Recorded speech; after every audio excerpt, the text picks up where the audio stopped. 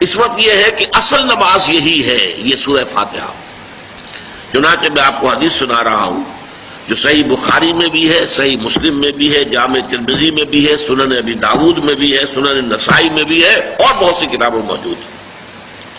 اور یہ عن عبادہ بن صامت رضی اللہ تعالی عنہ، حضرت عبادہ بن صامت سے ہے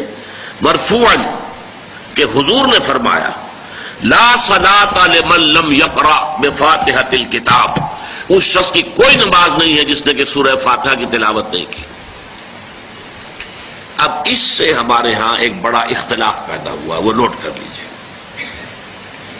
ایک رائے یہ ہے آپ اگر علیحدہ نماز پڑھ رہے ہیں تو ظاہر بات ہے کہ آپ کو ہر رکعت میں خود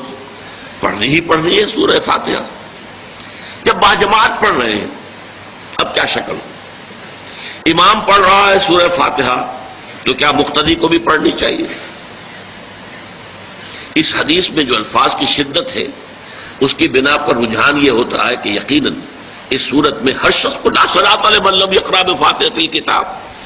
جس نے کہ فاتحہ کی تلاوت نہیں کی، قرأت نہیں کی، اس کی کوئی نماز ہی نہیں۔ تو یہ موقف ہے امام شافعی کا، یہی مسلک ہے ہمارے اہل حدیث بھائیوں کا کہ آپ چاہے اکیلے نماز پڑھ رہے ہو، چاہے امام کے پیچھے پڑھ رہے ہو، اور چاہے امام جو ہے وہ جہری رکعت پڑھا رہا ہے اور چاہے سری رکعت پڑھا رہا ہے۔ خاموشی والی رکعت سورہ آپ کو معلوم ہے کہ نماز جو ظہر اور عصر کی ہے تو چاروں رکعتیں جو ہے وہ سری ہیں، مغرب کے اندر آ کر دو جہری ہیں ایک سری ہے، عشاء میں آ کر دو جہری ہیں دو سری ہیں، سورہ اور نماز فجر کے اندر دونوں جو ہیں وہ جہری ہیں۔ تو چاہے جہری ہو چاہے سری ہو، آپ کو بھی لازماً جو مقتدی ہے اسے بھی سورہ فاتحہ پڑھنی ہوگی۔ اب اس کے لیے انہوں نے یہ طریقہ جو ہے تلقین کیا ہے کہ امام تیزی سے نہ پڑھے، رک رک کر پڑھے الحمدللہ رب العالمین، اس کے بعد اتنا وقفہ دے دے کہ جو مقتدی ہے وہ بھی کہہ لے اپنے دل میں یا پڑھ لے الحمدللہ رب العالمین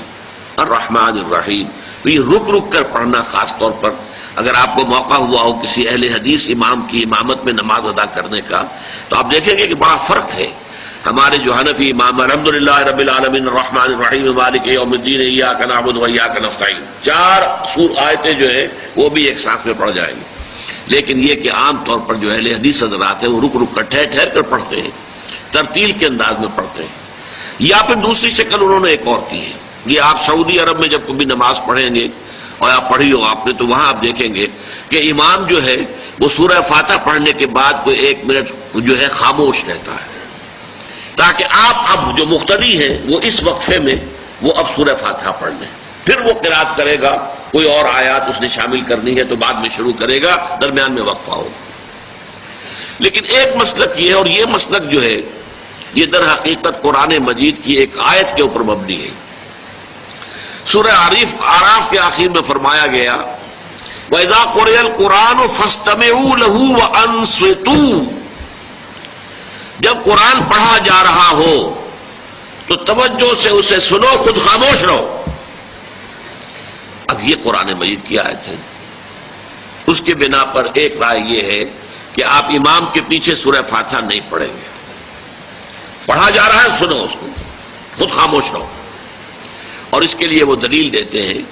کہ یہ شکل ایک وفد کی سی ہے،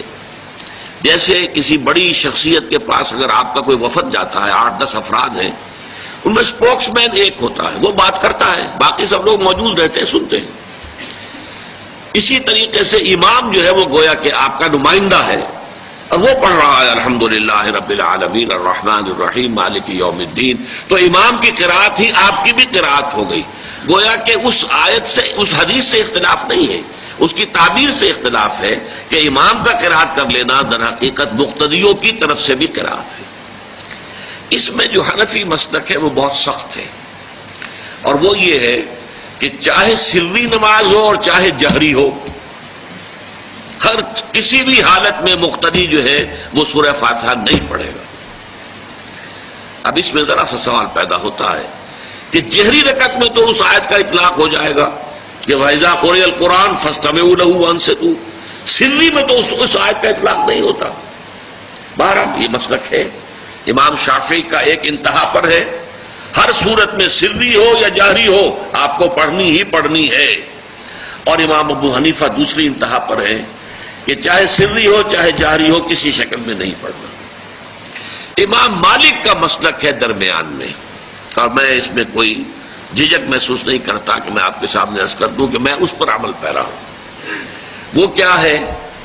جہری نماز میں خاموش رہو اور سنو۔ اس آیت کا اطلاق ہو جائے گا جب بلند آواز سے پڑھ رہا ہے امام تو پوری توجہ، فاستمعوا لہ،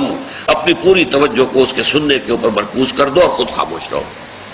سری رکعت میں البتہ جبکہ وہ بھی خاموشی سے پڑھ رہا ہے، آپ بھی خاموشی سے پڑھ رہے ہیں۔ بہرحال ان چیزوں میں میں نے یہ سب کچھ بیان کیا ہے تو اس سے جو میرا مقصود ہے وہ یہ ہے کہ معلوم ہو جائے کہ اس میں کوئی بڑی بنیادی بات نہیں ہے، نہ یہ کہ جو حنفی ہیں وہ اس حدیث کا انکار کرتے ہوں کہ لا صلاۃ لمن لم یقرأ بفاتحۃ الکتاب، کیسے وہ انکار کریں گے؟ اور نہ ہی کوئی جو حنبلی ہے یا اہل حدیث ہے وہ قرآن کی اس آیت کا اختلاف جو ہے وہ اختلاف کر سکتا ہے کہ اذا قرئ القرآن فاستمعوا له وانصتوا، لیکن یہ کہ اس کے پھر اس سے جو احکام کا استنباط ہے اس میں اختلاف ہو جاتا ہے، تو اس کو نہیں سمجھنا چاہیے کہ یہ کوئی بہت بڑی اہمیت والی بات ہے۔